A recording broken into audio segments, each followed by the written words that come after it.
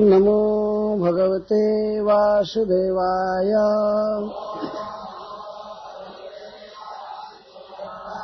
ओम नमो भगवते वासुदेवाय।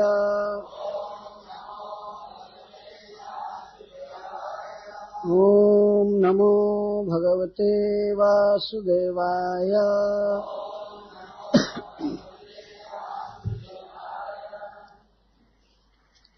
बालं च तस्या उरसी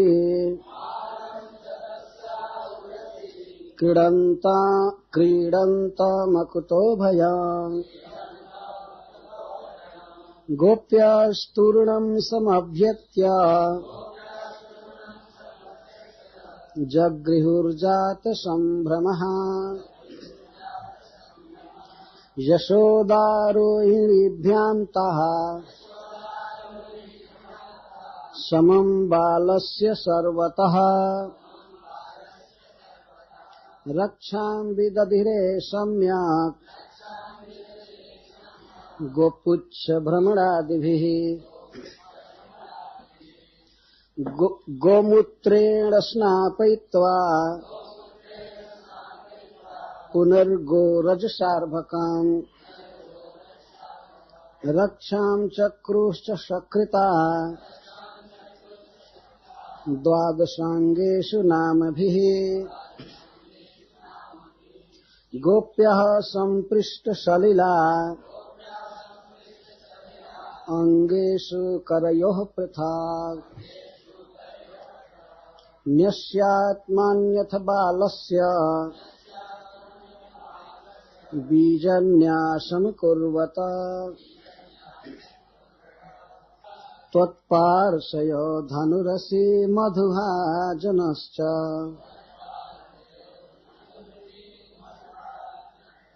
कोणेषु शङ्खौरुगाय उपर्युपेन्द्रा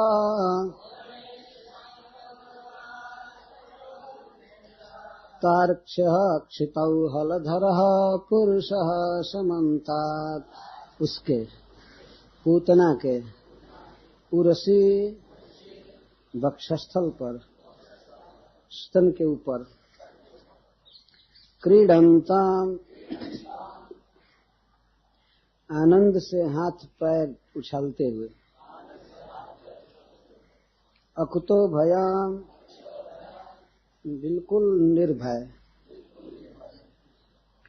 गोप्यः गोपियां तूर्णम तुरंत समभ्यत्या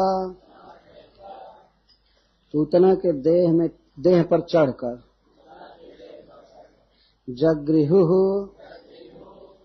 बच्चे को लेकर के आई जात संभ्रमः बड़े वेग से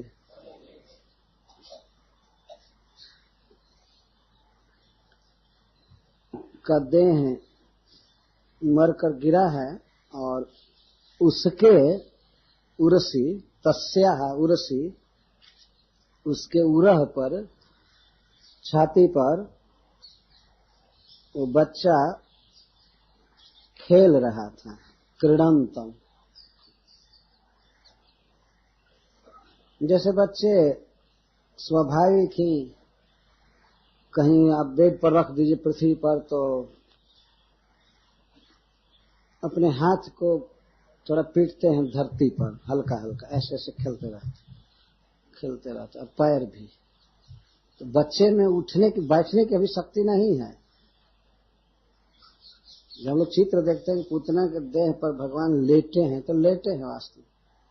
पहले तो पी रहे थे और बाद में पीना छोड़ करके ऐसे थपथपा रहे थे देह। अब उनको कोई उठावे तब तो उठे। बच्चे को कोई ऐसी शक्ति तो थी नहीं कि अपने से उठ करके वो भागे वहां से और भागने का कोई प्रश्न ही नहीं था। ये बच्चा नहीं समझ रहा था कि कोई बहुत डेंजरस खतरनाक जीव है, बहुत भयानक आवाज की है। जहां पूतना के निस्वन से आवाज से गिरे थे उस बच्चे पर कोई प्रभाव नहीं हुआ था और सब लोग बेहोश होकर के गिर गए थे और बच्चा खेल रहा था। श्री शिल प्रभुपाद जी यहाँ परपोर्ट लिखते समय कहते हैं, here is the supreme personality of God head Krishna. ये देखो, इसी को भगवान कहते हैं। यहाँ देखो, पूतना के छाती पर भगवान को देखो। Here is the supreme personality of God head. Although the Rakshasi Putana could increase or decrease her bodily size by her mystic abilities and thus gain proportionate power, the Supreme Personality of Godhead is equally powerful in any transcendental form. Krishna is the real personality of Godhead because whether as a child or a grown-up young man, he is the same person. Putana को अपना बल प्रकट करना हुआ तो विशाल रूप में हो गई, लेकिन भगवान चाहे बच्चा हो चाहे युवक हो, भगवान भगवान है सब समय। तबे पूतना के उस भयंकर देह के ऊपर, और वह भी उसके छाती पर जहां उसकी हाथ पहुंच सकती थी, जहां दांत भी गड़ा सकती थी कृष्ण को। ऐसे तो मर चुके थे, सभी मरा हुआ था, लेकिन जीवित भी थी तो भगवान नहीं डरे थे। वो तो हटा रही थी, वो चिपक करके और पी रहे थे, और दूसरे लोग उसके आवाज से बेहोश गिरे थे। तो ब्रज में सब लोग बेसुध हो गए थे, मूर्छित हो गए थे उसकी आवाज से, लेकिन भगवान उसके वक्षस्थल पर खेल रहे थे। उत्तान के विपरीत क्या कहते हैं? उत्तान शब्द का अर्थ होता है ऐसे बच्चा पड़ा हो, उसके ठीक विपरीत उसके छाती पर पड़े हुए थे। तो क्रीडंतम का अर्थ है, श्रीपाद सनातन गोस्वामी जी लिखते हैं, सहास हस्त पाद शब्द है उछालने का, सहास हस्त पाद क्षेपणम, इसे ऐसे कर रहे थे। पेट के बल उसके ऊपर लेटे हुए थे और खेल रहे थे। सो उनको कोई ऐसा भाव नहीं आ रहा था कि हमको घर से उठा करके लाया गया है, कोई राक्षसी लाई है, क्या ला। तो बच्चा है, जहां भी सुला दीजिए, दूध पी ही लिया है भर पेट। तो अब खेले नहीं तो करे क्या, तो खेल रहे थे।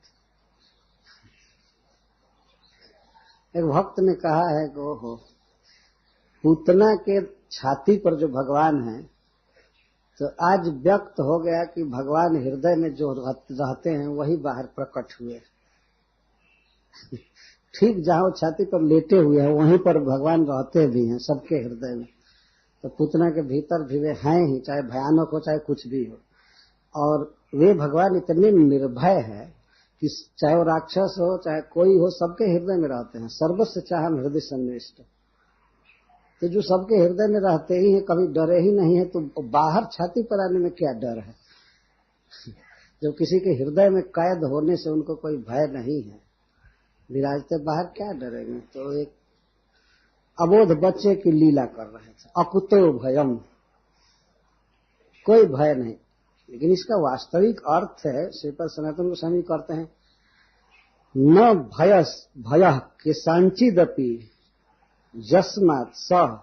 कृष्ण ऐसे हैं कि उनके कारण सबका भय दूर हो जाता है, शरणागत भक्तों का भय दूर हो जाता है, कहीं भय नहीं रहता है कृष्ण के कारण। तो ये अर्थ है अकुतो भयम, कोई भय नहीं। तो वहीं पर इतना बड़ा भय था, सब लोग बेहोश होकर गिर गए थे और भावी अनिष्ट की और आशंका कर रहे थे कि अब क्या होगा। अभी तो वज्रपात जैसा कुछ आवाज हुआ, कोई आ रहा है राक्षस, क्या हुआ कि ब्रह्मांड का प्रलय होने वाला है, अब क्या होगा। लोग बहुत त्रस्त थे, संतत्रसु इसके पहले लिखा गया है, सम्यक त्रस्त हो गए थे। और वहीं पर वह बच्चा पूतना के वक्षस्थल पर भी वो नहीं था वास्तव में, उसके स्तन पर था, क्योंकि स्तन इतना बड़ा था कि वह गंड शैलस्तनम, एक विशाल चट्टान जैसा था, और उसके ऊपर बच्चा आट गया था, स्तन पर ही खेल रहा था उरस्य क्रीडंतम अकुतो भयम। तो जब से पूतना घर से निकलकर भागी थी, तो कुछ मातृभावती गोपियां उसके पीछे उसी वेग से भागी थी, और उसकी आवाज हुई तो वे भी बेहोश होकर के रास्ते में गिरी, लेकिन फिर तुरंत चेतना हो गई, फिर दौड़ी बहुत वेग से। जात संभ्रमा, सुखदेव गोस्वामी कहते हैं गोपियों के लिए जात संभ्रमा। संभ्रम के 3 मुख्य अर्थ होते हैं। संभ्रम का एक अर्थ होता है आदर, और दूसरा अर्थ होता है घबराहट, और तीसरा अर्थ होता है वेग। और संभ्रम का अर्थ अति वेग, तो यहाँ अति वेग अर्थ है। जब पूतना लेकर के भागी बच्चे को, और वास्तव में लेकर के नहीं भागी, वो तो छोड़ना चाहते थे, लेकिन बच्चा ही पकड़ लिया था। लेकिन इन लोगों ने समझा कि वो लेकर के भागी है, बच्चा कैसे पकड़ सकता है? बच्चे को तो एक झटके से हटा सकती है जब भी कर, लेकिन बच्चा इतना गाढ़म कराभ्याम भगवान प्रपीड्य बहुत जोर से पकड़े थे। तो गोपियां भी उसी वेग से दौड़ी, उन्हें भी भय नहीं हुआ।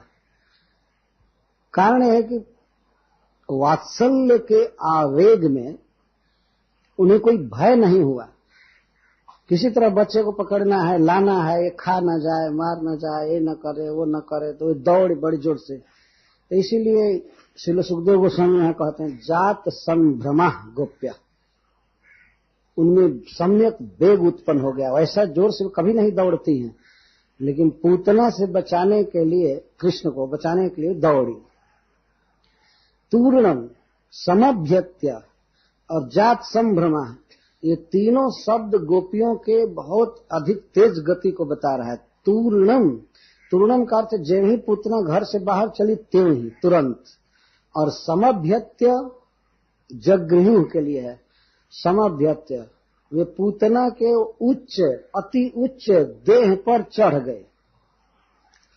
तो श्रीपाद सनातन गोस्वामी जी अर्थ करते हैं कि वो कहीं बगल से नहीं चढ़ी, ये विचार ही नहीं रहा, सीधे अभी का अर्थ अभी तो सामने से चढ़ गए। कोई भय नहीं हो रहा था। भय मन में, भय की वृत्ति रहे तब तो कुछ भय लगे। इस सोचा ही नहीं कि हम कहाँ चढ़ रही हैं, किसके देह पर चढ़ रही हैं। कोई भयावह सांप के देह पर या राक्षस के देह पर चढ़ सकता है?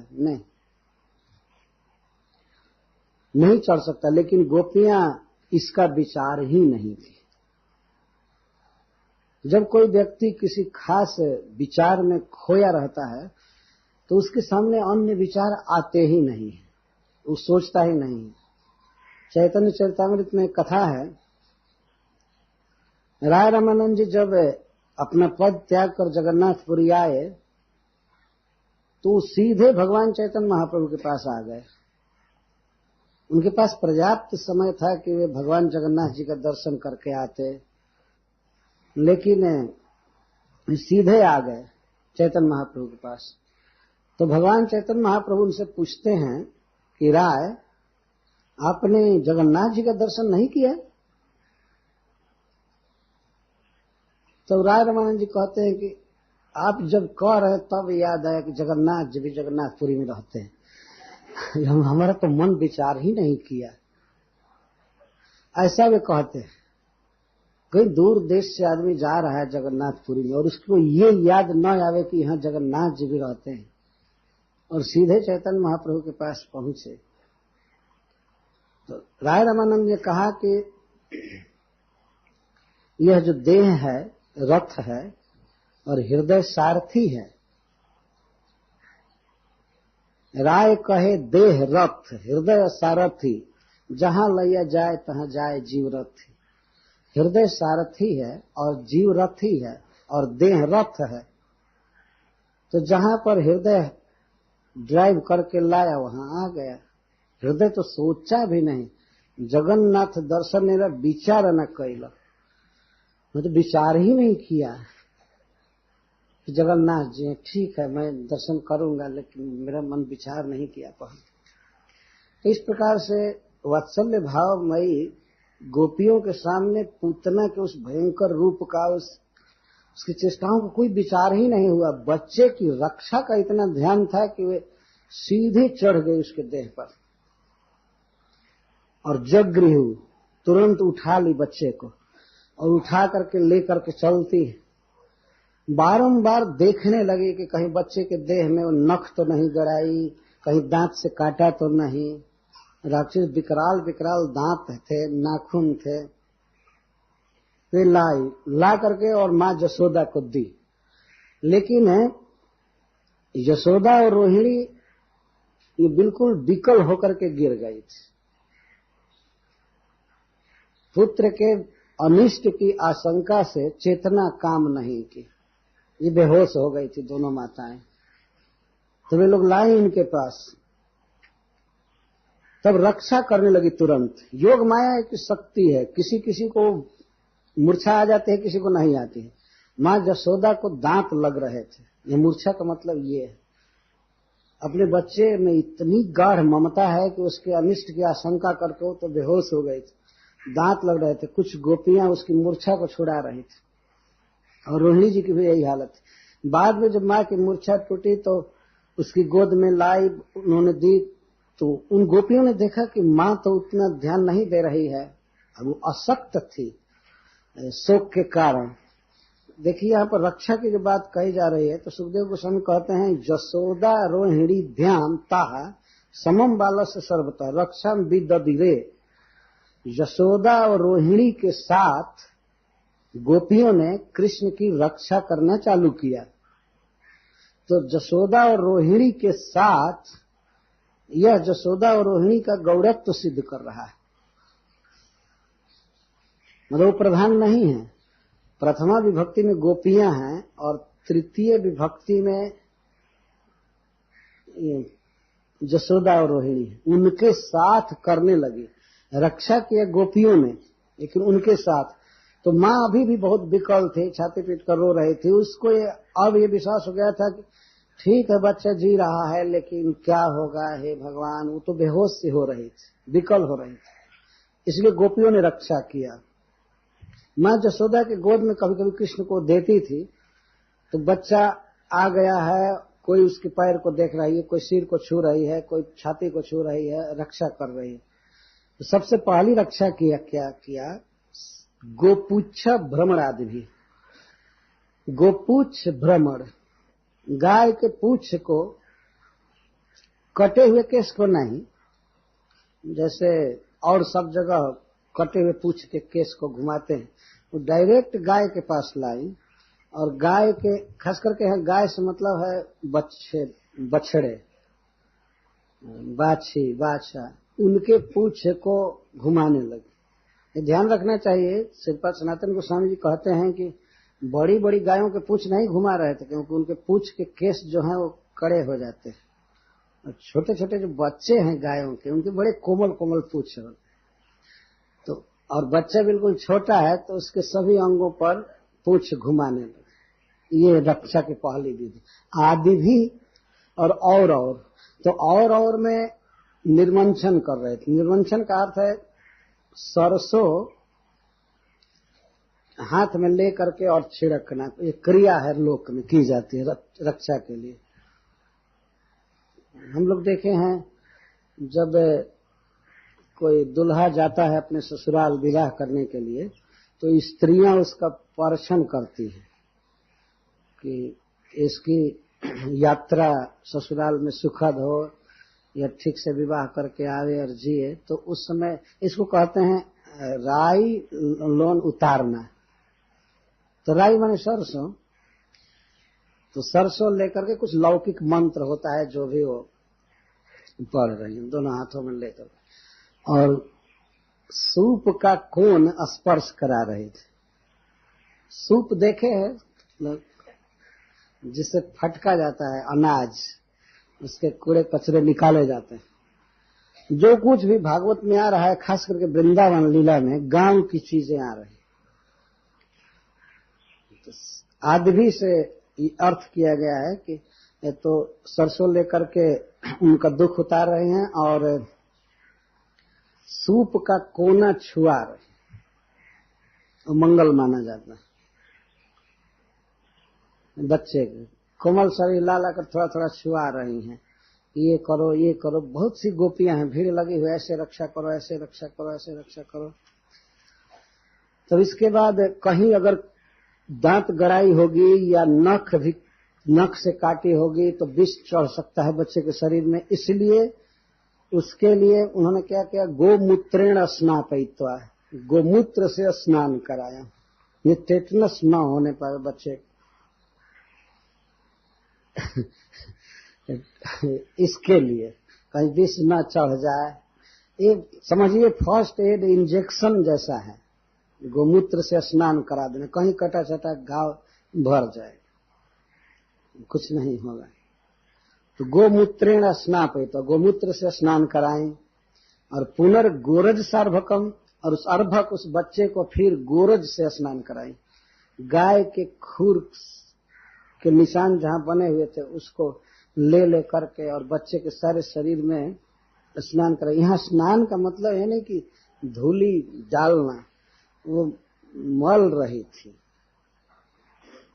बच्चे के शरीर में धीरे धीरे धूली, बहुत पवित्र धूली है। जिस पशु के चरण रज की इतनी महिमा है, उसी पशु को इस संसार के राक्षस लोग खाते रहते हैं। कितने बड़े पापी। भगवान की भी रक्षा हो रही है गाय के मूत्र से, गाय के पूंछ से और गाय के रज से। और रक्षाम चक्रुश्च शक्रिता द्वादशांगेषु नाम भी, और फिर बच्चे के 12 अंगों पर 12 तिलक लगाई। किस चीज से? शक्रिता, गोमय से, गाय के गोबर से। पहला श्रृंगार कृष्ण का हुआ तो गाय के गोबर से 12 जगह तिलक लगाया गया। बच्चा तो कपड़ा तो कोई पहना नहीं था, छोटा सा बच्चा था और उसके शरीर पर बड़ा बड़ा तिलक दिया जा रहा है, गाय के गोबर का तिलक। और गोपियां मंत्र पढ़ती थी, क्योंकि सभी वैष्णवी थी, सब तिलक धारण करती थी, तो उनको मंत्र सब याद थे। ललाटे केशवम ध्यायेत् नारायणम अथोदरे, माधवम वक्षस्थले तो गोविंदम कंठकूपके, विष्णुम तो दक्षिणौ कुक्षौ, बाहौ च मधुसूदनम,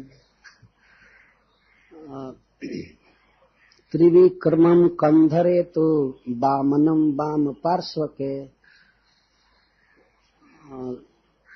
श्रीधरम वाम बाहौ च हृषिकेशम तु कंधरे, पद्मनाभम तो पृष्ठे तो पद्मनाभम च कट्याम दामोदरम न्यसेत। ये 12 मंत्र। तो बच्चा को याद नहीं है मंत्र तंत्र कुछ भी अभी एक अक्षर भी कृष्ण को कुछ ज्ञान नहीं कि उनकी रक्षा की जा रही है तिलक लगा लगा कर। तो इस तरह से करना चाहिए। आजकल के जो बच्चे गोद में हों तो उनको गोबर से नहीं तो कम से कम गोपी तिलक से उनकी रक्षा होनी चाहिए, तिलक कर करके। तो इस तरह से गोपियां तिलक कर रही थी और ललाट पर तिलक कर रही थी, तो वो प्रणाम मंत्र बोल रहे थे। श्री केशवाय नमः कह कह कर झुंड के झुंड गोपियां आवाज कर रही थी, ये सबकी समवेत आवाज से बच्चे की रक्षा हो जाए। तिलक एक ही गोपी कर रही थी, लेकिन मंत्र सब पढ़ रही थी। ओम केशवाय नमः ललाट पर, और पेट पर जब तिलक किया जा रहा था, वो किसी की गोद में वो बच्चा था, माँ जसोदा के, और गोपियां उनको तिलक कर रही थी। और तिलक करते समय बच्चा कोई हिचकिचा नहीं रहा था, स्वीकार कर रहा था। वो ठीक लग रहा था, ठंडा ठंडा गाय का गोबर पेट में सट रहा था। और तो इस तरह से तिलक को स्वीकार कर रहे थे। वक्षस्थल पर करते समय माधवाय नमः कंठ में लगाया गया, गोविंदाय नमः। दाहिने कोख में श्री विष्णवे नमः, दाहिने बाह में श्री मधुसूदनाय नमः, फिर कंधे पर त्रिविक्रमाय नमः, बाएं पेट में श्री वामनाय नमः, इसके बाद बाएं हाथ पर श्री श्रीधराय नमः, और इसके बाद ऊपर कंधे पर श्री हृषिकेशाय नमः, पीछे पीठ पर श्री पद्मनाभाय नमः, और कटी पर श्री दामोदराय नमः। और शेष बचा हुआ गोबर सिर में लगा बच्चे। श्री वासुदेवाय नमः।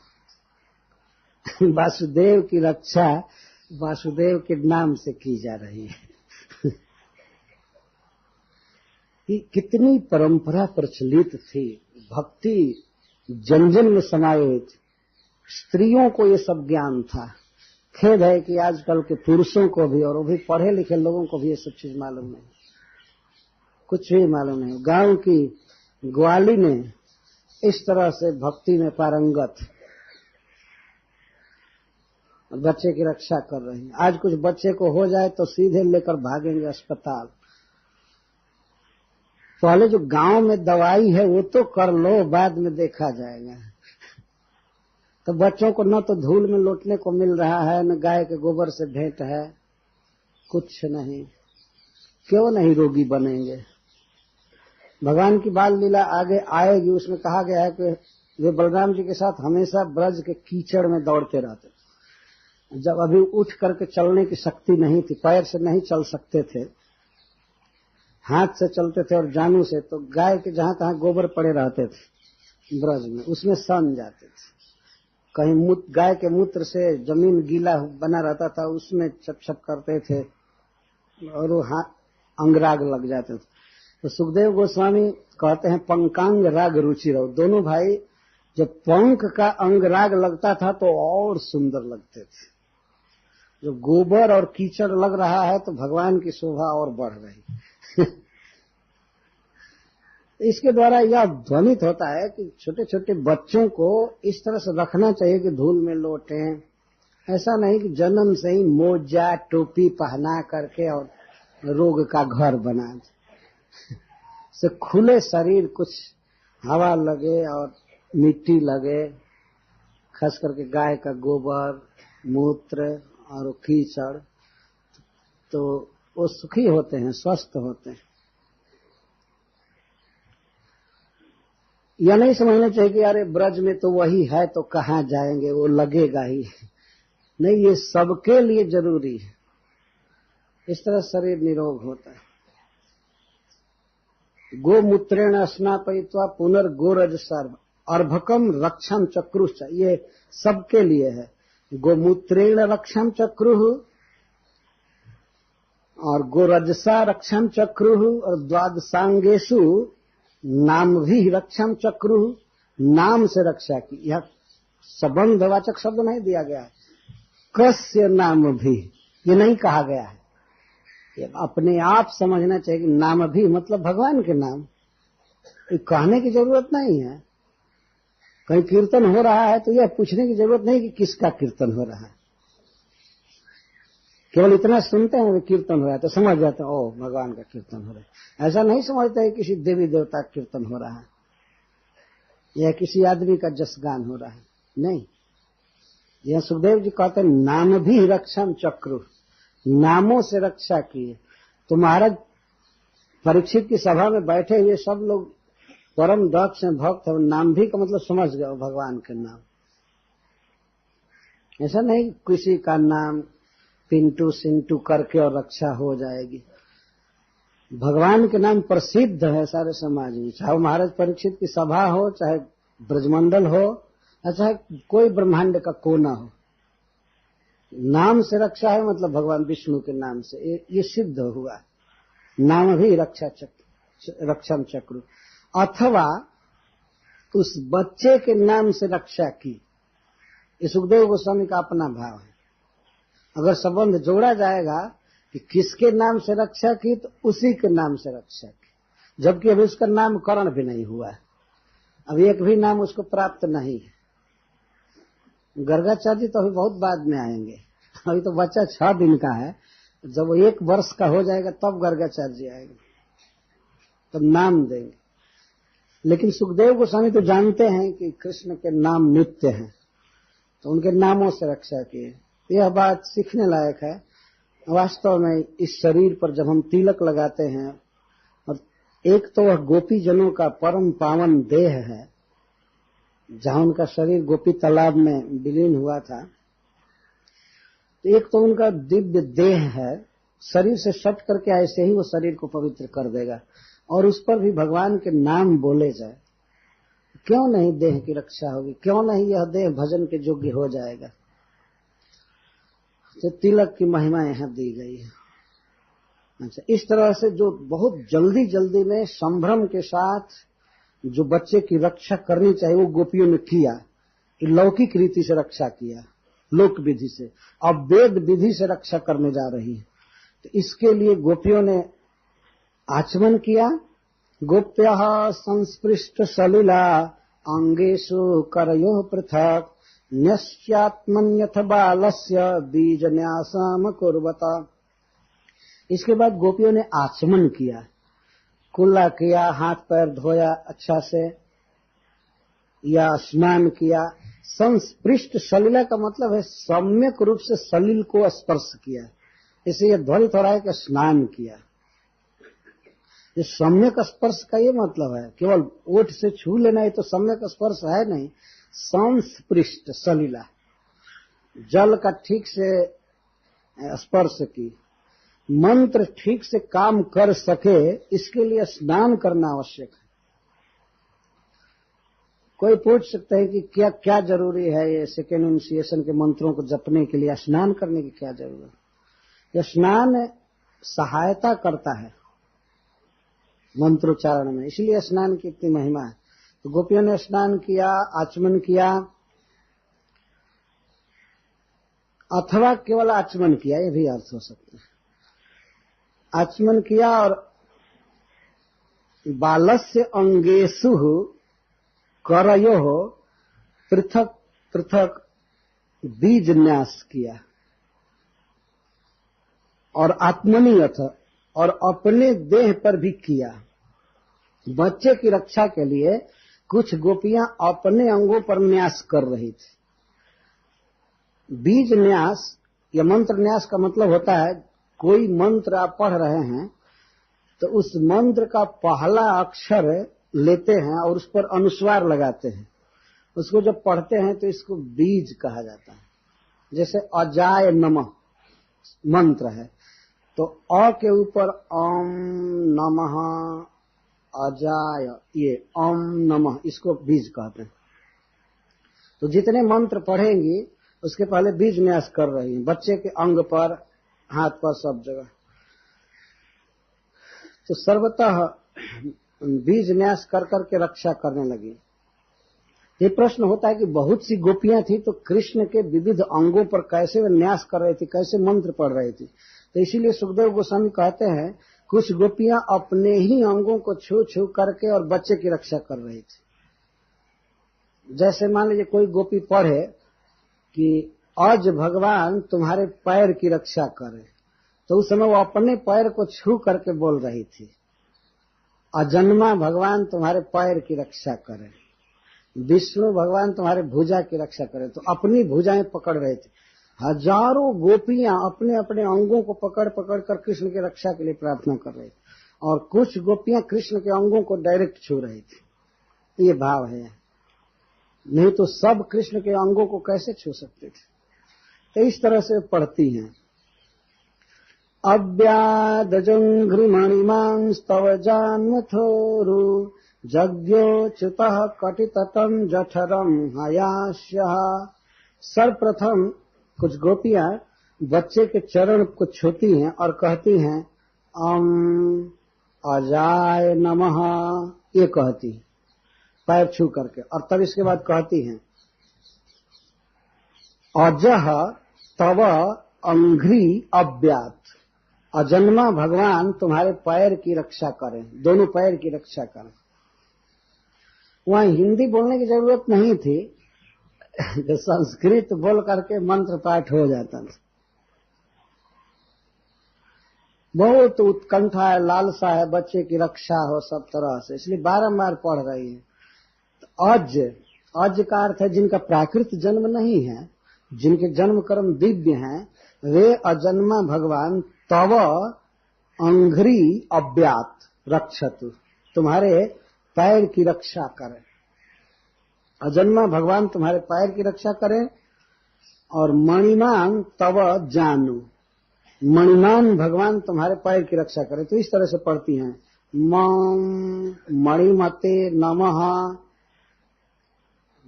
मणिमान भगवान का एक एक्सपेंशन है, अथवा कौस्तुभी, श्रीपद सनातन गोस्वामी जी अर्थ करते।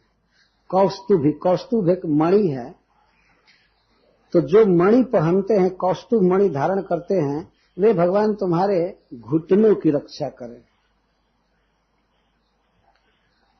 जानु और उरु, तुम्हारे जांघ की रक्षा यज्ञ भगवान करें। औज भगवान पैर की रक्षा करें। मणिमान तुम्हारे जानू की रक्षा करें। जांघ की रक्षा यज्ञ भगवान करें। अच्युतः कटितटम, अच्युत भगवान तुम्हारे कमर की रक्षा करें। और हयास्य, जिनका आस्य हय का है, घोड़े का है, वे हयग्रीव भगवान तुम्हारे जठर की रक्षा करें, पेट की रक्षा करें। आप लोग भी गोपियों के साथ भगवान के अंग की रक्षा कीजिए जग करके। ध्यान रखिए, कथा जहां हो रही है वहां के दृश्य पर अपने मन को देना चाहिए, तब माना जाएगा कि आप भागवत सुन रहे हैं, भक्ति कर रहे हैं। जैसे जैसे गोपियां कृष्ण के अंगों को छूकर कहती हैं, अब कहती हैं कि मणिमान तुम्हारे जानू की रक्षा करे, तो उनके घुटनों को छू रही है। और यज्ञ भगवान तुम्हारे जांघ की रक्षा करे, तो जांघ को छू करके बोलती। अच्युत तुम्हारे कमर की रक्षा करें, और तुम्हारे पेट की रक्षा हयग्रीव भगवान करें। हयास्य, आस्य का अर्थ होता है मुख, ये ग्रीवा। हय आस्य, हयास्य, हयग्रीव। जठर की रक्षा करे। प्रत्येक शरीर के प्रत्येक अंग में कोई न कोई खराबी हो सकती है, और है ही शरीरम रोग मंदिरम। जब भगवान के देह की रक्षा के लिए भगवान के नाम की आवश्यकता है, तो हम लोगों के देह की रक्षा के लिए क्यों नहीं जरूरत? तो सब रोग का खजाना है। जैसे कृष्ण की रक्षा की जा रही, तो अपने देह की भी ऐसे रक्षा करनी चाहिए। भगवान का नाम बोल करके रक्षा होती है।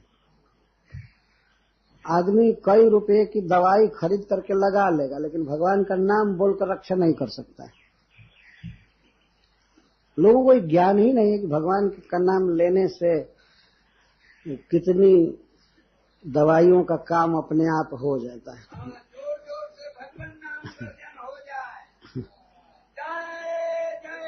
श्री जठर की रक्षा कही जा रही है।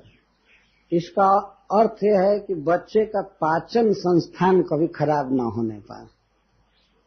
जो ही माँ का दूध पिए तो पच जाए ठीक से, पाचन शक्ति इसकी ठीक बनी रहे। घुटना में कभी दर्द न हो, घुटना ठीक से काम करे, पैर ठीक से काम करे, और कमर।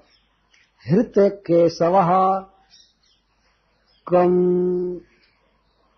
केशवाय नमः, इस तरह मंत्र पढ़कर केशव भगवान जो ब्रह्मा और शिव के भी नियामक हैं, वे हृदय की रक्षा करें। हृदय का अर्थ है, जो हम लोगों का हृदय है वो कमल कोश के भीतर स्थित है। कमल कोश जैसा वातावरण हृदय, हृदय फेफड़ा। भगवान ने केशव हृदय की रक्षा करे, मतलब खून का दौरा, ब्लड सर्कुलेशन ठीक से हो, श्वसन संस्थान ठीक से बना रहे बच्चे का, कभी दमा की बीमारी न हो, कभी खांसी न हो, काश श्वास इसको संस्कृत में कहते हैं, ये न हो। आपने देखा है मनुष्यों का कोई ठीक नहीं रहता कब खांसी आ जाए। खांसी होना, खांसना, ये रोग सूचित करता है ना। आता ही रहता है, और खांसना बता रहा है कि कुछ हृदय में खराबी है। तो खांसना, और वास्तविक बात है कि हृदय में कोई खराबी होती है तो खांस करके उसको दूर किया जाता है। अगर कोई जबरदस्ती रोक ले तो और खराबी हो सकती है। लेकिन इतना ज्यादा खांसी किसी किसी को आती है कि रात रात भर, दिन दिन भर खांसता रहता है और बीड़ी पीता रहता है। और पूछते हैं कुछ लोग कि खांसी क्यों आ रही, तो बीड़ी पीने से आ रही। वो कहता है बीड़ी पीने वाला, लेकिन फिर भी नहीं छोड़ता है, आदत बन जाती। तो हृदय की रक्षा बहुत जरूरी है सुखी जीवन के लिए। तो हृदय की रक्षा केशव करें। और उरह ईश, तुम्हारे छाती की रक्षा, पूरे वक्षस्थल की रक्षा भगवान ईश करे। ईश उनका एक नाम है। और तुम्हारे कंठ की रक्षा भगवान ईन करे। ईन का अर्थ है जो सूर्यमंडल के भीतर भगवान निवास करते हैं, तो उनको ईन कहा जाता है। गीता में कहते हैं कि सूर्य में जो तेज है वो मेरा तेज है। तो सूर्यमंडल के भीतर भगवान अवस्थित है, तो उनका प्रसिद्ध नाम है ईन।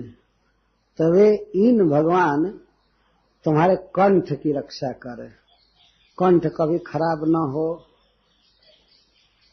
ठीक से वाइब्रेशन होता रहे, तुम्हारी बोली बिल्कुल मधुर रहे, बोलने में खराबी ना आने को। जिनको भी कंठ का प्रॉब्लम हो तो इन भगवान को पुकारना चाहिए कि आप हमारे कंठ की रक्षा कीजिए। विष्णु भुजम, और विष्णु भगवान तुम्हारे भुजा की रक्षा करें, तुम्हारे बाह की रक्षा करें। मुखम उरुक्रम, और उरुक्रम भगवान तुम्हारे मुख की रक्षा करें। सब समय बीज न्यास करते हुए बोल रही है, और जो जो अंग करे उसको छू रहे हैं। हृदय की केशव रक्षा करे, कंठ की रक्षा ईन करे, तो कृष्ण का कंठ छू रही है, वहां हाथ रख रही है। और भुजा पर हाथ रख कर कहते तुम्हारे भुजा की रक्षा विष्णु करे, और उरुक्रम तुम्हारे मुख की रक्षा करे। मुख की पर अंगुली रख रहे हैं। और ईश्वर कम, और भगवान ईश्वर तुम्हारे मस्तक की रक्षा करें। यह शरीर, खास करके मनुष्यों का शरीर बहुत कमजोर है। कीट पतंग आदि की अपेक्षा तो नहीं, लेकिन और जीवों की अपेक्षा मनुष्य का शरीर बहुत कमजोर है। ये देहिया कागज की पुड़िया, आग लगे जल जाना, कि गल जाना नहीं, आग लगे जल जाना और पानी से गल जाना, बहुत कमजोर शरीर है। तो इसकी रक्षा होनी चाहिए। भगवान रक्षा करेंगे तब बहुत दिन चलेगा, नहीं तो नहीं चल सकता है। तो इस तरह से रक्षा की प्रार्थना कर रही। तो अलग अलग अंगों पर न्यास करके और अलग अलग भगवान से प्रार्थना की। अब चारों तरफ से, चारों दिशाओं से रक्षा कर रही है।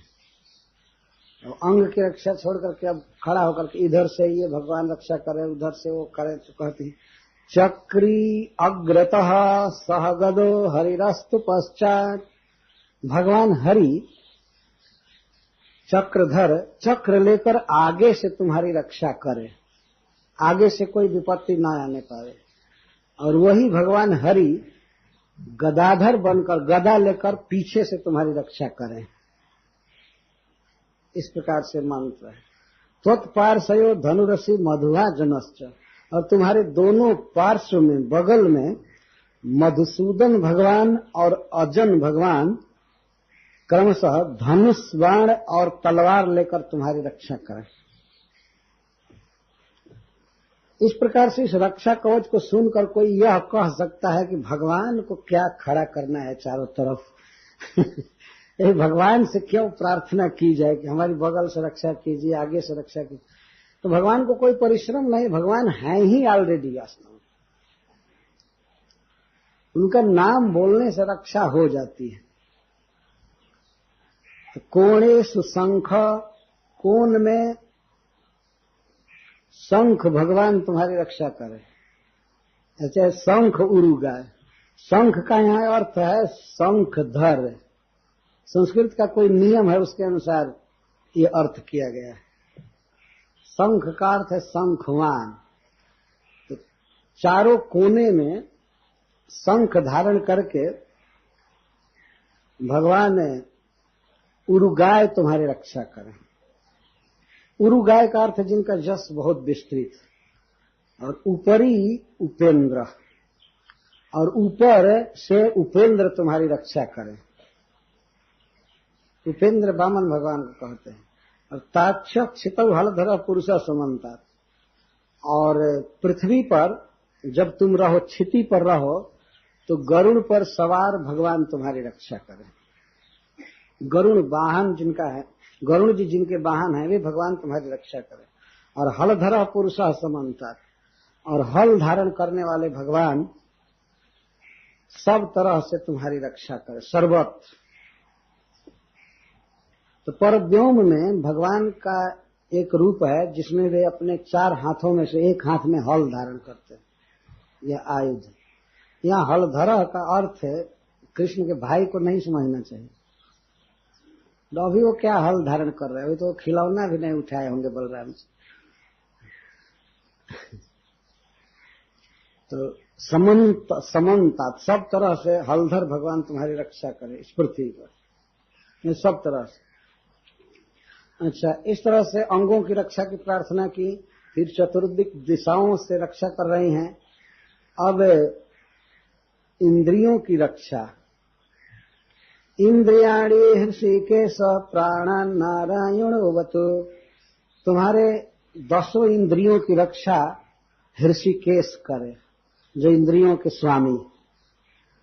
और नारायण भगवान तुम्हारे प्राणों की रक्षा करें। यहाँ प्राण का तात्पर्य है शरीर में 10 प्रकार की वायु, शरीर में 10 प्रकार की हवा है, और यदि हवा सम रहती है, जहां जैसे वायु का प्रभाव होना चाहिए वैसे रहता, तो शरीर बहुत स्वस्थ रहता है। और यहां तक कि यदि हवा को रेगुलेटेड कर लिया जाए तो आदमी लाखों बरस जी सकता है। जितना सांस लेना है उतना ही ले, इसे प्राणायाम कहते हैं। या खून को ठीक तरह से हवा दौड़ा दे, ठीक तरह से शरीर के मल गंदगी आदि को दूर कर दे हवा। 10 प्रकार की हवा है, तो इसको प्राण कहते हैं। तो तुम्हारे वायु संचार, शरीर में जो वायु संचार है उसकी रक्षा भगवान नारायण करें। अब 4 अंतःकरण हैं, उनकी रक्षा की बात कर रहे हैं। श्वेत द्वीप पतिश्चित्तम मन, श्वेत द्वीप के अधिपति भगवान तुम्हारे मन की रक्षा करें।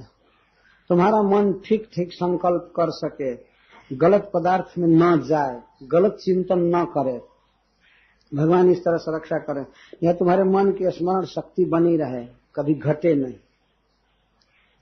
मन की रक्षा बहुत जरूरी है।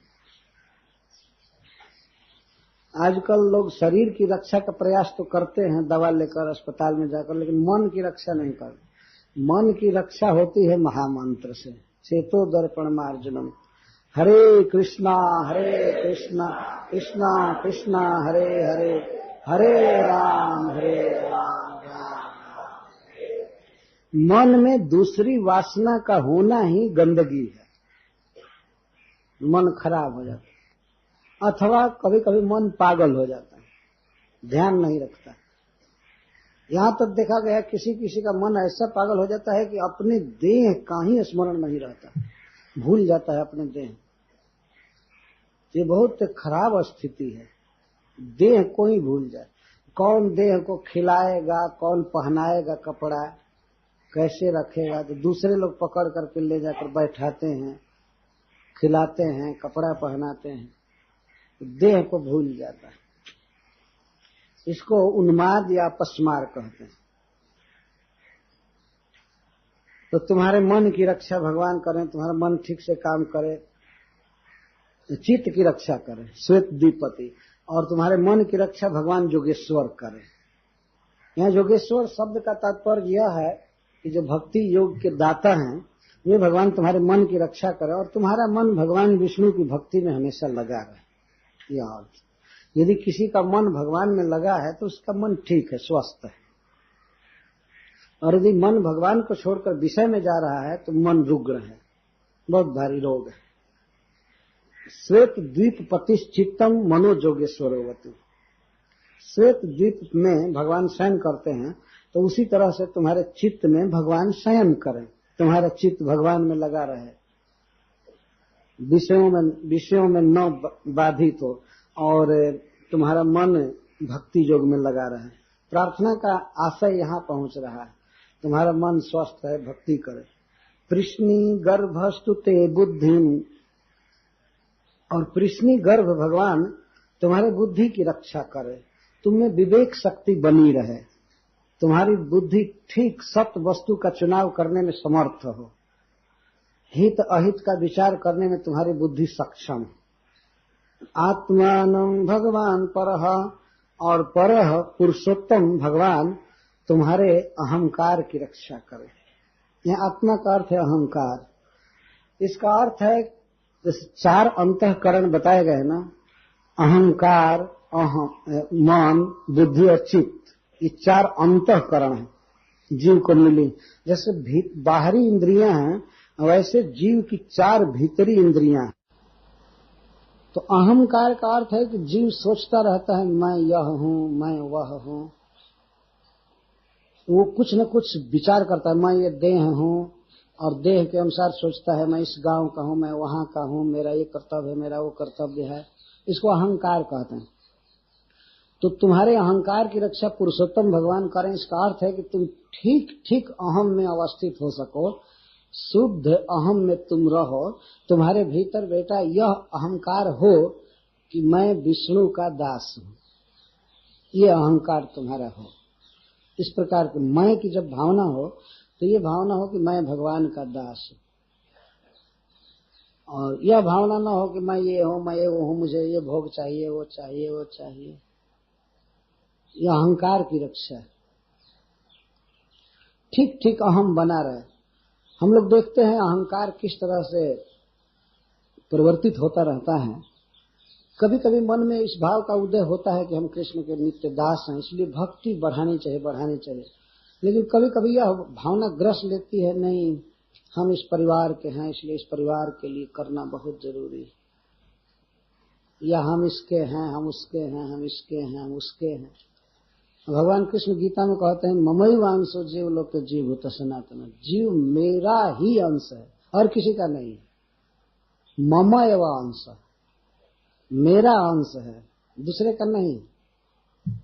एवं शब्द से रिजर्वेशन कर रहे हैं, मेरा अंश और किसी का नहीं। तो जीव जब इस अहंकार में होता है कि मैं कृष्ण का हूं, कृष्ण मेरे प्रभु हैं, त्राता है, तो इसको शुद्ध अहंकार कहते हैं। तो इसकी रक्षा होनी चाहिए। तो भगवान ही रक्षा करते हैं इसको। अच्छा, ये तो उसके बच्चे के अंतःकरण की रक्षा की प्रार्थना की। अब विभिन्न कर्मों के समय भगवान रक्षा करें, विभिन्न क्रियाओं के समय उसको मना रही है। क्रीडन्तम पातु गोविंदः, शयानम पातु माधवः। खेलते समय गोविंद तुम्हारी रक्षा करें, और सोते समय माधव रक्षा करें। ब्रजंतम अव्याद वैकुंठ, वैकुंठ भगवान चलते समय तुम्हारी रक्षा करें। ब्रजंतम का अर्थ यहाँ समझ लेना चाहिए, वायुयान में, ट्रेन में, बस में, कार में, सब समय ब्रजंतम, चलते समय। कितने लोग चलते समय मर जाते हैं ना, ट्रेन एक्सीडेंट में कैसे कैसे जा रहे हैं मर जाते। कुछ लोग सोए सोए मर जाते हैं, जगते ही नहीं है। और कुछ बैठे बैठे मर जाते हैं, कुछ खा करके मर जाते हैं, गड़बड़ खा करके, जैसे तैसे खाते समय मर जाते हैं। कई घटनाएं हुई।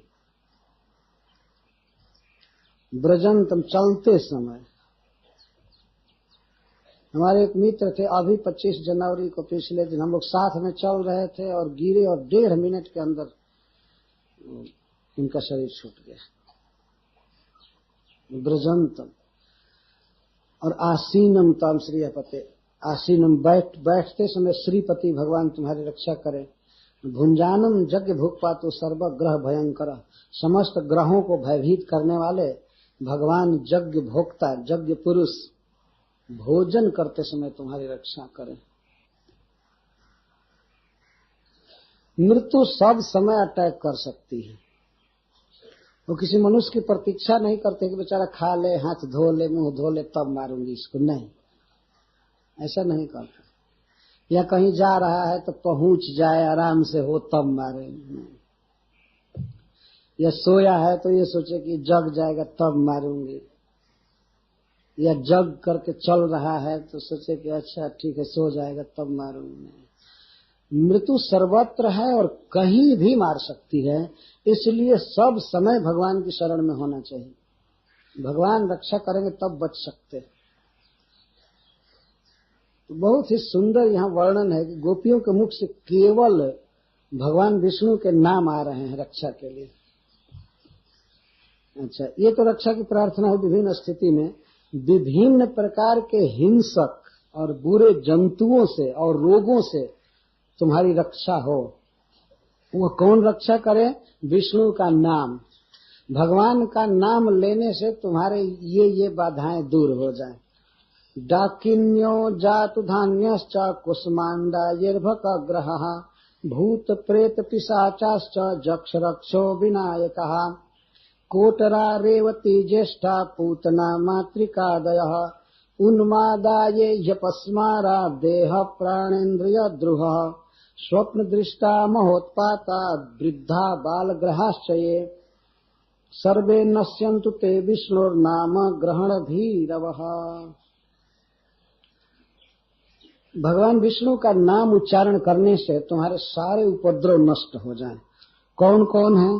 जैसे कुछ हिंसक जीव इस संसार में होते हैं, उनका स्वभाव होता है दूसरों को दुख देना, बिल्कुल स्वभाव होता है। तो उसमें जैसे डाकिनी एक ऐसी जातियां हैं इस सृष्टि में जो मंत्र के बल से किसी बच्चे को या किसी को खा जाते हैं। मंत्र के बल से वो मंत्र पढ़ते हैं और आदमी कहीं भी रहे, बच्चा कहीं भी रहे, वो सूख जाता है, उसका खून उन सब खा जाती है दूर सूक्ष्म रीति से।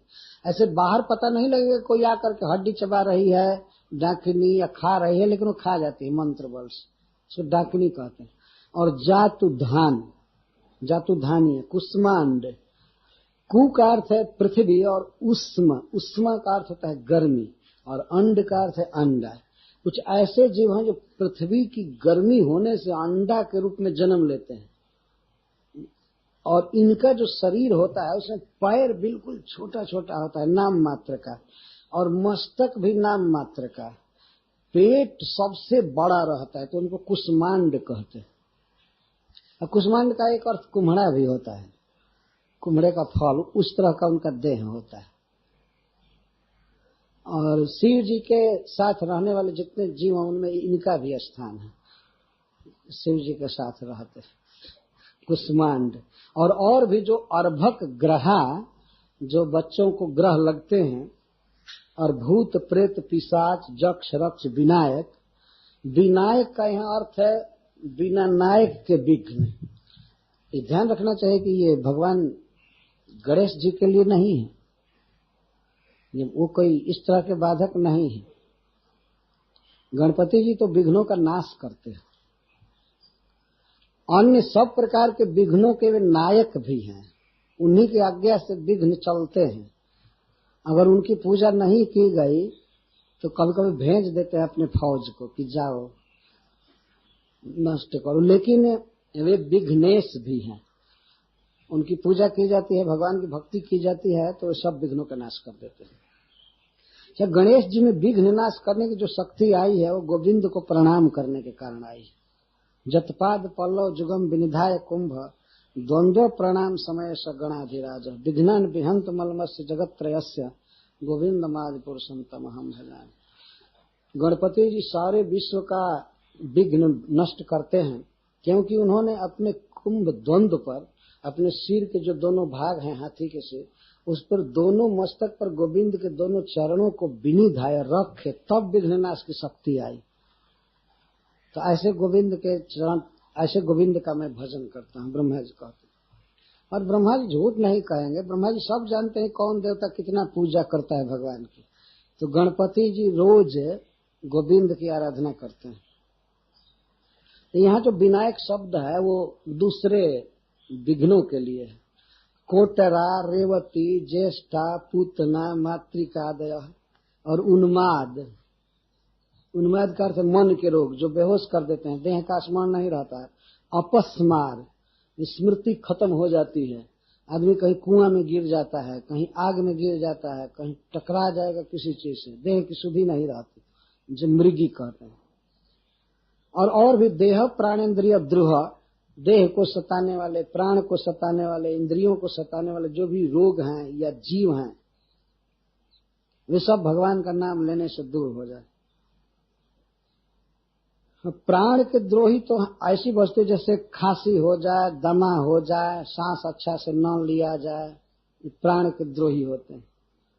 इंद्रिय द्रोही, स्वप्न दृष्टा महोत्पाता, कभी कभी मनुष्य सपना देखता है कि हमारा मस्तक कट गया है या मैं गधा पर चढ़ा हुआ हूँ, नग्न होकर गधा पर चढ़ा हुआ हूँ, मैं नग्न हूँ, हमारे सारे शरीर में तेल लगाया गया है, या मैं कीचड़ में कूद गया हूँ कुआं में। तो इस प्रकार के सपना निश्चित ही तुरंत आने वाले कुफल को बताते हैं, तुरंत बहुत बड़ी विपत्ति आने वाली है, मरण जैसी विपत्ति आने वाली है। लेकिन वो आने वाले भी होते हैं, पर यदि भगवान का नाम लिया जाए तो इस स्वप्न में देखे हुए सारे दृश्य फिर आते नहीं हैं, जीवन से बच जाता है। आजकल लोग बहुत विचार करते हैं, स्वप्न विचार, इस पंडित से पूछो, उस पंडित से पूछो। क्या पूछना है, कोई भी स्वप्न आवे, कुछ भी हो, हरे कृष्णा कृष्णा कृष्णा हरे हरे, हरे राम राम राम हरे हरे। इस नाम के उच्चारण से सब नष्ट हो जाते हैं, क्योंकि विष्णु नाम ग्रहण भीरु, विष्णु के नाम के लेने से ये सब डर कर भाग जाते हैं, भीरु हैं, निकट आ ही नहीं सकते। तो भगवान के नाम में यह सफलता है। तो सर्वे नश्यन्तु, ये सब नष्ट हो जाएं, विष्णु नाम ग्रहण भीरव, भगवान का नाम लेने से डरते हैं, दूर भागते हैं। तो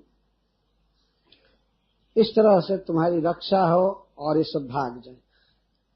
तो नाम ग्रहण भीरव, इसका अर्थ ये है कि बच्चे के अंगों पर तो करन्यास की, इसके बाद दिशाओं से रक्षा की प्रार्थना की, इंद्रियों की, अंतःकरण की, सब की, और इसके बाद ताली बजा करके कीर्तन करने लगे कि इसके उच्चारण से तुम्हारी सारी बाधा दूर हो जाए।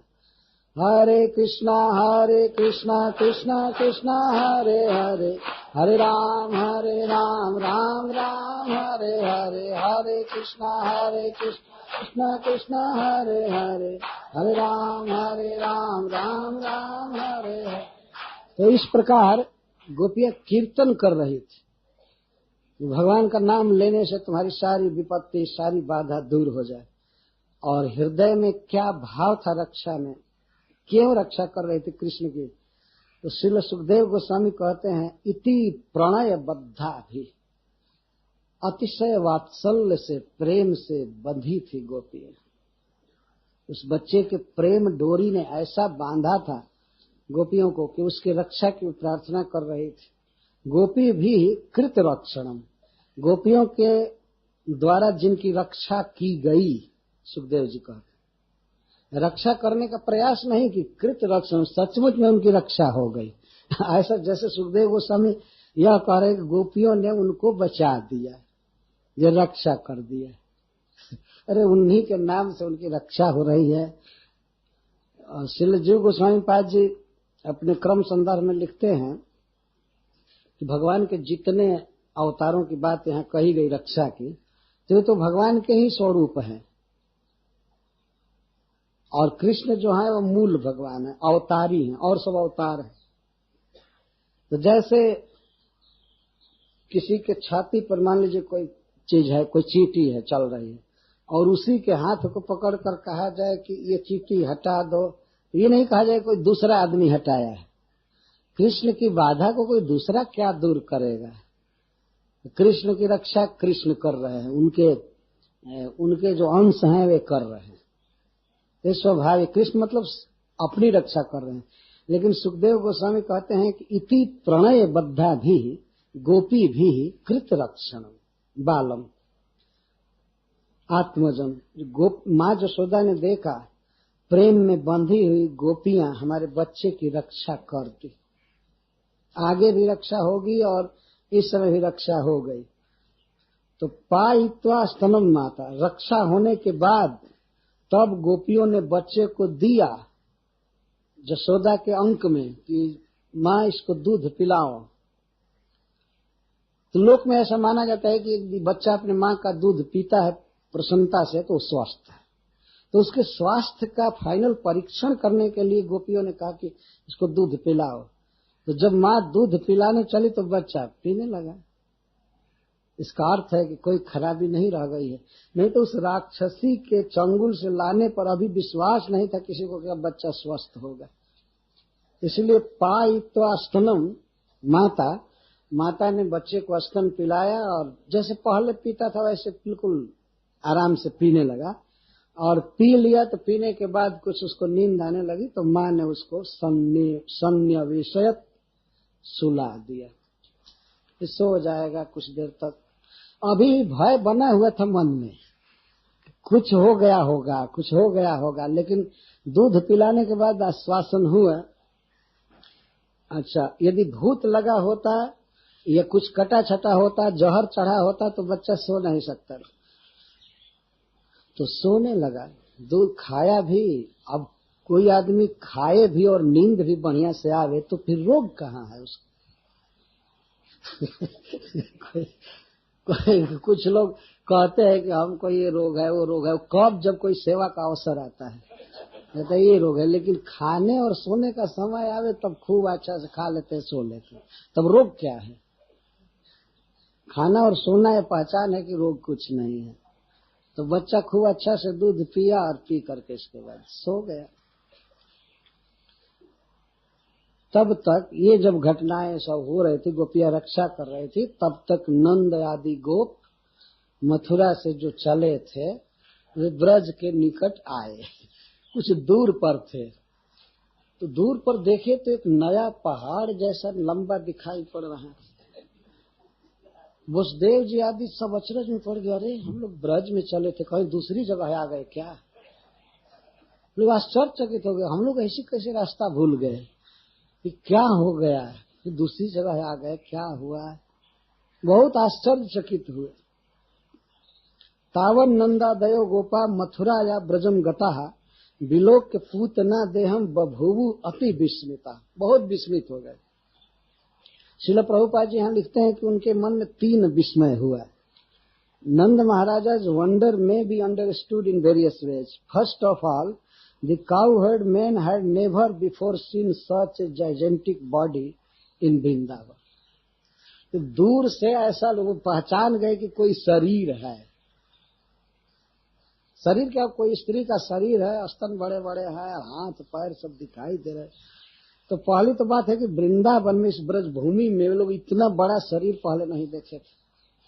तो ये बड़ा विस्मय हुआ, ये कौन आकर के पड़ गया यहाँ, ये कौन लाश फेंक गया यहाँ पर। देवता लोग गिरा दिए क्या ऊपर से किसी असुर को मार करके। होता है ना भाई, कोई कूड़ा करकट चाहे सड़ी हुई लाश कोई हो सकता है फेंक दिया हो ला करके यहाँ, ऐसा हम लोग देखे नहीं थे। और ये भावना हो रही थी कि ये ब्रज है, तो ब्रज में तो इतना बड़ा देह देखे नहीं थे। अच्छा, दूसरी बात, and therefore they were struck with wonder. Then they began to consider where such a body has come from, whether it had been dropped from the sky or whether by some mistake or by the power of someone mystic yogi they had come to some place other than Vrindavan.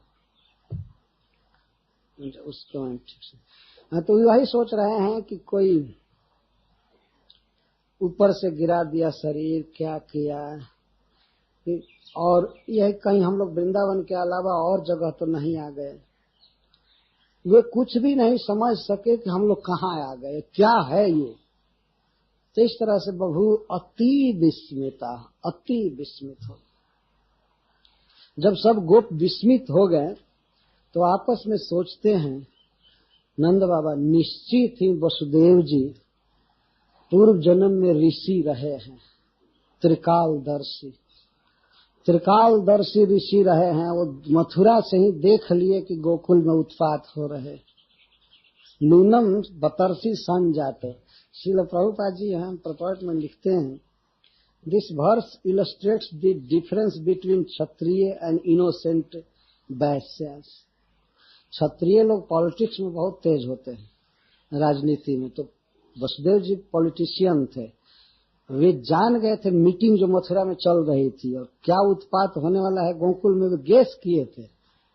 ऐसा नहीं है कि त्रिकाल दृष्टि वहां कंस के गतिविधि को मिलाकर कह दिए थे जल्दी जाइए गोकुल में उत्पात हो रहा है।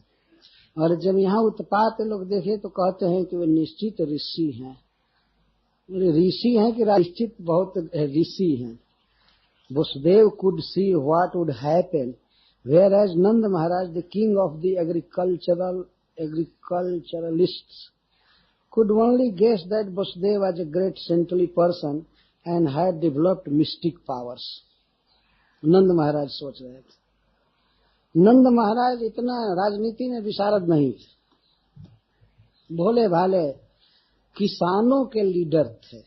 प्रभुपाद जी कहते किसानों के नेता थे। किसान बेचारे नहीं जानते राजनीति। वे तो सब बहुत मेहनत करके अनाज उत्पन्न करते हैं, लेकिन उनको बेचने का अधिकार नहीं होता है।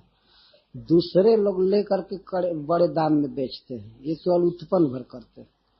और कोई खरीदने भी आता है उनका अनाज तो वे दाम नहीं कहते हैं, जो खरीदने वाला है वही दाम बोलता है, ये दाम देंगे। और जगह क्या है, और जगह जिसका सामान है वो दाम बोलेगा, है ना, देखे है ना, वो अपना दाम रखे रहता है। किसानों के यहाँ ठग लोग जाते हैं और स्वयं दाम बोलते हैं कि ये दाम हम देंगे, तो बेचारे भोले भाले होते हैं। नंद बाबा भी ऐसे ही थे। तो कहते हैं कि वसुदेव जी एक ऋषि हैं, महात्मा हैं, भविष्य दृष्टा हैं, देख लिए सब। तो देख क्यों नहीं लेंगे, मथुरा में रहते थे और रोज जो मीटिंग चलती थी कंस की इष्ट गोष्ठी, वो सब जान गए थे कि क्या क्या होने वाला है। इसलिए वो भेद बता दिए थे कि अब जल्दी जाइए। नंद बाबा सीधे साधे हैं, तो वे कहते हैं नूनम बतरसी संजातो जोगेशो वा समास सएव दृष्टो हित पातो जदाहा नक दुंदुभि।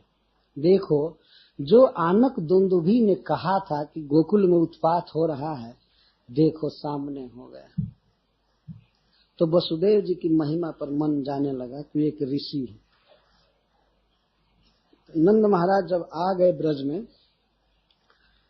तब तक लोग ठिठके थे ब्रजवासी, क्या किया जाए क्या नहीं किया जाए। तो नंद बाबा पहले पता लगा लिए, सारी कथा सुने। तो उन्होंने कहा कि सबसे पहले इसको जलाओ, लाओ हजारों हजारों कुल्हाड़ी। अब इतनी बड़ी लाश एक काष्ठ पर कहां से जलेगी। तो हाथ को के हजारों टुकड़े काटे गए, हजारों हजारों गोप हाथ में कुल्हाड़ियां लेकर के काटना चालू किए। उनको भय था कि फिर जीवित हो जाएगी,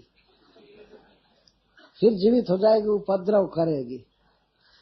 तो मस्तक के सैकड़ों टुकड़े काटे, पैर काटे, पूरा देह काट कर खंड खंड छू नहीं रहे थे।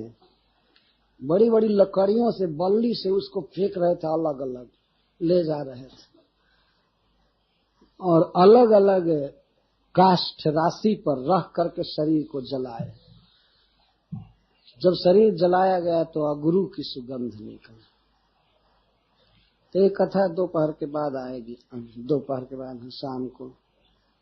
तो सुखदेव गोस्वामी ने अपना कमेंट दिया है पूतना के उस धूमश्चागुरु सौरभ, क्यों धुआं निकला, और भगवान ने उसे जननी की गति दिया, माँ की गति दिया। इस बातें आएंगी। उद्धव जी के हृदय को जो सबसे अधिक प्रभावित किया है भगवान की लीलाओं ने, तो इस लीला ने, वो कहते हैं विदुर जी से कि पूतना को भी जिन्होंने जननी की गति दे दिया, ऐसे दयालु कृष्ण को छोड़कर मैं किसकी शरण लूं। हरिश्री जी ने तो लिखा है कि भगवान ने देखा कि पूतना ने दुष्टता की सीमा कर दिया, तो भगवान ने भी सोचा कि मुझे भी अब कृपा की सीमा दिखानी पड़ेगी। थोड़ी दुष्टता की सीमा हो तो कृपा की सीमा भी इधर से प्रस्तुत कर दी। कि तुम इतना बढ़ जाओ तो क्या हमसे थोड़े बढ़कर हो सकती है। कोई दुष्टता करने में सीमा कर रहा है तो भगवान कृपा करने में सीमा कर दिए। वास्तव में भगवान की कृपा की सीमा दिखाई गई। तो बहुत सुंदर विचार किए हैं महाराज परीक्षित श्री सुखदेव गोस्वामी। और श्रोता वहां पर बैठे हैं नारद जी, भगवान वेदव्यास देव, भगवान परशुराम और कई गात्री, वशिष्ठ, च्यवन, शरद्वान, अरिष्ट नेमि, भृगु, रंगिराश्च, भृगु, अंगिरा, सभी ऋषि मुनि, वशिष्ठ जी, भगवान वेदव्यास देव, नारद जी और परशुराम जी और सब शिष्य अपने अपने शिष्यों के साथ बैठे हैं सभा में। और पूतना की इस घटना पर मातृगति देने पर सुखदेव गोस्वामी बोल रहे हैं। तो भगवान को देने की बहुत प्रशंसा किए। अरे जब कृष्ण को मारने के लिए स्तन में जहर लगाकर गई हुई पूतना माता की गति पा गई, तो जो व्यक्ति कृष्ण को प्रेम से कोई प्रिय चीज देता है उसकी गति में क्या संदेह हो सकता है। किमनु किमनु कई बार कहे हैं सुखदेव गोस्वामी। फिर क्या कहना जो लोग प्रेम से कृष्ण को कुछ अर्पित करते हैं। तो 20 अर्पित की थी तो मातृ गति पाई। ब्रह्मा जी ने भी अपने स्तुति में कहा है कि मुझे आश्चर्य होता है कि आप इन ब्रजवासियों को क्या देंगे। जो गति इनको देनी चाहिए वो तो दे दिए पूतना को। मेरे विचार से तो आप हमेशा इनके ऋणी रहेंगे, आपके पास कुछ है ही नहीं कि इनको दे सकेंगे। ब्रह्मा जी स्तुति में कह रहे हैं। तो वास्तव में भगवान की कृपा सीमा प्रदर्शित है। और जब हम भगवान के गुणों को सुनते हैं तब भगवान में आस्था बढ़ती है कि भगवान हमसे कितना प्यार कर सकते हैं, कर रहे हैं। इसको जब जानेंगे तब भगवान से प्रेम बढ़ेगा। हमने कई जगह देखा है लोग दीवार पर पंपलेट छापते हैं और कहीं कहीं वाक्य लिखे हुए हैं, विदेश में भी भारतवर्ष में भी मैं देखा लिखे हैं, क्राइस्ट लव्स यू। तो कुछ लोगों को तो पता ही नहीं कि क्राइस्ट जी कौन है, लेकिन यह वाक्य कितना अच्छा है कि क्राइस्ट लव्स यू, क्राइस्ट आपसे प्रेम करते हैं। तो क्या कभी कृष्ण के लिए ऐसा नहीं लिखा जा सकता? जबकि कृष्ण तो सुहृदम सर्वभूत है ना, वो तो समस्त जीवों के कारण सुहृद हैं, पर इन गुणों को बताया नहीं गया है। इतिहास में प्रथम बार श्रील प्रभुपाद जी ने भगवान के गुणों को सारे विश्व में बताया, नहीं तो कोई नहीं जानता था। ये वास्तव में भगवान की बहुत बड़ी कृपा है कि श्रील प्रभुपाद जी को इस प्राकृतिक जगत में भगवान ने भेज करके और अपने गुणों का इस तरह आख्यान करवाया। समझ में आया कृष्ण की सुंदरता, उनकी कृपा, उनका ऐश्वर्य, माधुर्य। तो कथा के द्वारा भगवान के इन गुणों का जब प्रकाशन होता है तो सुनने वालों का मन कृष्ण को स्वीकार कर लेता है। और भगवान हमसे इतना प्रेम करते हैं, मैं क्यों न करूं। तो इस प्रसंग में भगवान की असीम कृपा का वर्णन किया गया है। हरे कृष्ण, जय श्री कृष्ण। सभी ब्रजवासी मिलकर काटने लगे। अथवा इसका यह अर्थ होता है कि ब्रज में रहने वाले कुछ छोटी जाति के लोगों को नियुक्त किया गया लाश काटने के लिए। एक टीका में ऐसा लिखा गया है कि मरे हुए देह को सब लोग तो काटेंगे नहीं। एक प्रश्न उठता है, क्या नंद महाराज आ चुके थे? जैसा मैं कथा में कह दिया था, लगता था कि आ चुके थे, लेकिन कहीं कहीं संदेह है। सुखदेव गोस्वामी आगे कहते हैं कि जब ब्रजवासी आए तो कुछ ब्रजवासी आए तो उन लोगों को गोपों ने बताया पूतना के आने की कथा और बच्चे के सुरक्षा की, तो उसको सुनकर बहुत विस्मित हुए। तो वहां पर श्रीपद सनातन गोस्वामी जी लिखते हैं कि वे गोप नंद बाबा का दल था। तो नंद बाबा अपने पुत्र को उठाकर गोद में रखे और सिर सूंघे। तो जिन लोगों को नंद महाराज ब्रज की रक्षा के लिए नियुक्त करके गए थे और जिनमें उपनंद प्रधान थे, वे लोग पूतना के देह को काटने लगे। श्रील प्रभुपाद जी लिखते हैं कि यह प्रैक्टिस देखा जाता है समाज में। कोई सांप मर जाता है तो उसको लोग जला देते हैं या बहुत अधिक मारते हैं, नहीं तो उसके पुनः जीवित होने की संभावना रहती है। तो यह जो बकी है पूतना, यह भी लगभग सर्प जैसे आकार में हो गई थी। अघासुर इसका भाई था और बकासुर भी भाई था, ऐसा भागवत में लिखा गया है। इसको बकी कहते हैं, वो बक था और इसको बकी कहते हैं। तो अघासुर सांप के रूप में आया था ब्रज में। तो बहुत खतरनाक समझ करके जैसे तैसे ब्रजवासी काटने लगे, तो काट करके छोड़ दिए होते। चाहे ऐसे मर गई जब, तो उसको काटने की क्या जरूरत थी। काटना इसलिए था कि उसको जलाना था, जलाने के लिए खंड खंड करना आवश्यक था। लोग काटने लगे। जितनी कुल्हाड़ियां थी ब्रज में अपने अपने घरों में सब लेकर के चले एकजुट होकर, जितना जल्दी खतरा दूर कर दिया तो काटने लगे। परशु भी बहुवचन का प्रयोग है और ब्रजौकसा भी बहुवचन का प्रयोग है। कितने टांगे चल रहे थे। टांगा कहता है ना कुल्हाड़ा, एक कुल्हाड़ी होती है छोटी सी, वो नहीं, बड़े बड़े कुल्हाड़ा चलाए जा रहे थे। तो उससे उसका देह काटा जा रहा है और स्पेशल उसमें बेंट लगाए गए उस समय काटने के लिए। बहुत लंबा लंबा, निकट से जाकर काटने की हिम्मत नहीं थी। इधर तो मनुष्य कितना बड़ा बेंट रखेंगे। बेंट समझते हैं ना, नाल, वो कुल्हाड़ी में इतनी बड़ी होती है, उसे काटते हैं। तो बहुत लंबा लंबा नाल लगा करके काटते काटते कई लोग काट रहे थे, इसीलिए अंग अंग काटे, छित्वा अवयसः, अनेक टुकड़ों में काटे। और काट काट करके जब वो हल्का हो जाता था तो उसको बांस से या लकड़ी से उसको फेंकते थे, इधर अलग करते थे। 6 कोस में तो शरीर फैला था, तो टुकड़ा तो और ज्यादा ही में फैलाए होंगे। उसको फैलाए इधर उधर और फिर लकड़ी काटे। कुछ सूखी लकड़ियां पहले से रखी गई थी, कुछ पूतना ने तोड़ दिया था। सूखी और हरी लकड़ियां भी तोड़ा था वृक्ष, तो वो सब जुटाए गए जहां तहां। और प्रत्येक खंड को, शरीर के प्रत्येक खंड को काठ से घेरा गया था। सुखदेव गोस्वामी कहते काष्ठ पर रखा गया था, ऐसा नहीं। कभी कभी हमने देखा है बनारस में लोग मुर्दा जलाते हैं तो काम चलाते हैं, बहुत कम लकड़ी लगाते हैं और मुर्दों को जलाते हैं बहुत कम लकड़ी से। लेकिन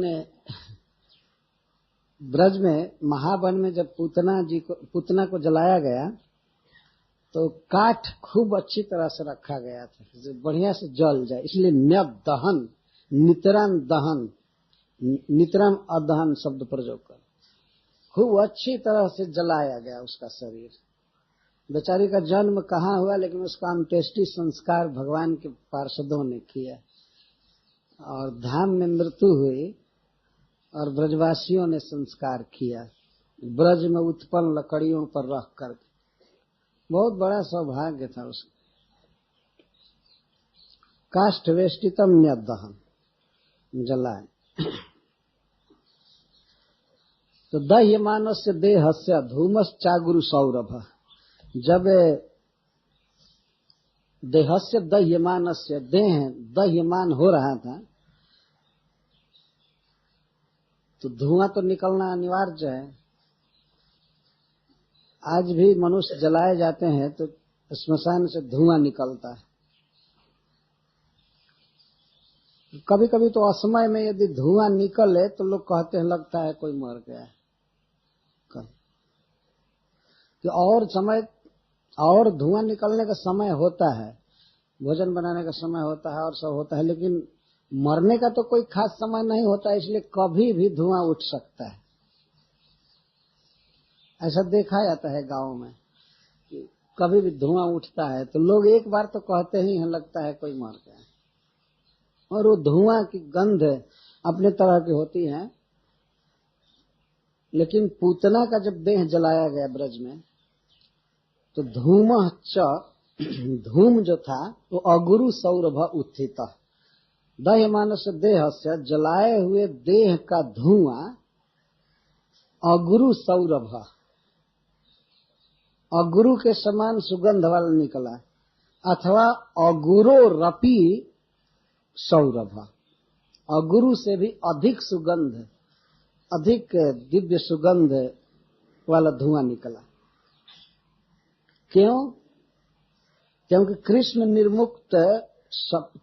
निर्भुक्त सपद्या हत पापमन, कृष्ण ने उसके देह को खाया था, भुक्त भोगा था। अथवा दूध के लिए अगर कहेंगे तो भगवान भी दूध को सुखदेव गोस्वामी खाना कह रहे हैं, भुक्त, पीतम इसका अर्थ है, निर्भुक्तम। कृष्ण के द्वारा जिसका दूध पिया गया था, जिस शरीर का, तो पीतम क्यों नहीं कह रहे हैं, भुक्तम क्यों कह रहे हैं? वास्तव में भोगा गया था, पीना भी एक भोग है। तो भगवान ने उस देह का दूध पिया था। तो इस कारण से सपदी आहत पाप मना, तत्काल ही पाप सारे दूर हो गए थे कृष्ण के पीने मात्र से। कृष्ण ने स्तन पिया था, दूध पिया था, इस कारण से उस शरीर का सारा पाप सपदी तत्काल ही नष्ट हो गया था। और पाप नष्ट हो गया था इसलिए वह शरीर परम पावन, परम धन्य हो चुका था। यही कारण था कि उस देह को जब जलाया गया तो दिव्य अगुरु की सुगंध निकली उस देह से। भगवान ने साक्षात उस शरीर पर लेट करके उसको पकड़ करके और दूध पिए थे। भगवान के उस श्री विग्रह का ध्यान भी बड़े बड़े लोग नहीं कर पाते हैं, मन ध्यान में भी नहीं टिक पाता है। और उसी दिव्य शरीर से सट करके और पुत्र भाव से भगवान पिए थे, जो मां बनाई थी, मां बनकर आई थी। इस संसार में यदि किसी व्यक्ति का किसी व्यक्ति से संबंध देखा जाए, निकटतम संबंध, तो किसी भी व्यक्ति का सबसे निकटतम संबंध उसके मां से है। उतना निकटतम और किसी के साथ संबंध नहीं। बच्चा अपने मां के गर्भ में रहता है 9-10 महीने, और गर्भ से बाहर होते ही मां के गोद में रहने लगता है। तो मां के गोद में सो जाना, दूध पीना और मां का दुलार प्यार पाना उसके लिए स्वाभाविक है। भगवान जो पूतना के साथ सटे, तो वह जब दूध पिलाने के लिए आई तो भगवान सचमुच दूध पीने के लिए सटे और पीने लगे। नहीं तो ऐसे तो हाथ से पकड़ कर भी मार सकते थे, स्तन पकड़ने के बदले गला पकड़कर घोंट दिए होते, लेकिन पिए वास्तव में। भगवान ने सोचा कि जब मुझे दूध पिलाने आई है तो मुझे पीना चाहिए, और पिए थे। तो कृष्ण निर्भुक्त सपद्या हत पाप मना। ऐसा कभी नहीं हुआ था कि किसी का देह जलाया जाए और अगुरु की सुगंध निकले। पूरे श्रीमद् भागवतम में आप देख सकते हैं। सुखदेव गोस्वामी जब कथा बोल रहे हैं तो पूतना के देह को जलाए जाने पर कहते हैं उससे अगुरु से भी अधिक मादक सुगंध निकला। कृष्ण के संपर्क का यह फल, कृष्ण ने उसका दूध पिया था। क्या बड़ी बात हो गई थी, क्यों सुगंध शरीर से निकल रही थी, यह विचारणीय बात है। सुखदेव गोस्वामी स्वयं ही इसका उत्तर देते हैं। लेकिन मैं एक कविता पढ़ रहा हूँ, हरीश्वरी जी लिखते हैं, यह साक्षादभिमर्शितो भगवता हस्तेन जत्र स्थितम् हृत्वा स्तन्यमिषादशेष कलुषम् योकारी निष्कल्मषः तद्देहस्य सुगन्धि धूम जनने तत्संगिकाष्ठस्य वा का शंका किमुचित्रमत्र किमु वा तच्छृण्वतां विस्मयः।